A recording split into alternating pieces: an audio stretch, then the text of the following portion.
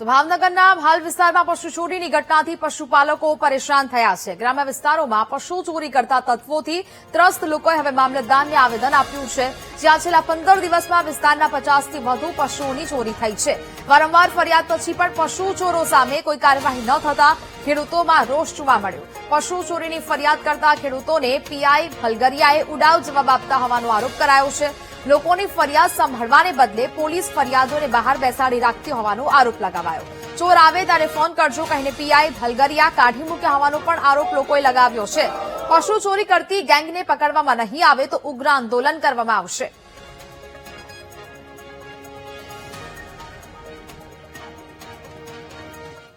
દિવસથી આ બધા ગામડામાં બનાવ હાલે છે આ ચોરીના, પણ તો પણ એ લોકોને કોઈને આંટો મારવાની કે જોવા આવવાની કઈ નવરાય છે નહીં। આ બધા દારૂના, જુગારના અને એ બધા તોડપાણીના કેસો બધા પકડાય છે। આમાં કેમ કોઈને રસ નથી? કેમ આ વસ્તુ આ પશુપાલકો માણસો નથી? એ લોકોને પછી આખો દિવસ ઢોરમાં જતા હોય સરાવવાના, સાંજે પછી હુવાનું હોય કે પછી આખી રાત જાગવાનું। બધા 10 દિવસથી સવાર સુધી જાગે છે પશુપાલકો।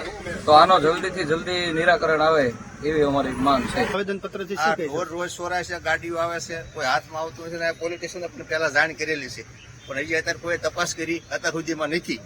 હજી હાલમાં કોઈ પેટ્રોલિંગમાં અત્યાર સુધી કોઈ ગાડી સાહેબની આવી નથી। આજે મેં આટલું આવેદન દેવા આવ્યા છે કે ભાઈ તમે તપાસ કરવાનું કે આ રોજ ગાડીઓ આવે છે, રોજ ચોરી થાય, માલ જાય છે। અત્યાર સુધી 50 ઢોર ગયા, તો અત્યાર સુધીમાં હજી કોઈ તપાસ કરવા રાતે ગાડી કોઈની પેટ્રોલિંગમાં આવી નથી। તમારી માંગણી શું છે? માંગણી આ બંધ ગમે એમ કરીને ચોરી બંધ થવી પડે। એક પાડી 2-2.5 વર્ષની મારાવાડામાંથી ચોરા રાતે તાર કાપી લઈ ગયા હતા, બધા અહીં ગયા હતા, જાગી જતા એક પાડી ચોરી તો અંદર નાખીને વહી ગયા। કેટલા પશુઓ ચોરાણા હશે અત્યાર સુધીમાં? અત્યાર સુધીમાં એ તેદી અમારે એક રાતમાં 3નો બનાવ હતો।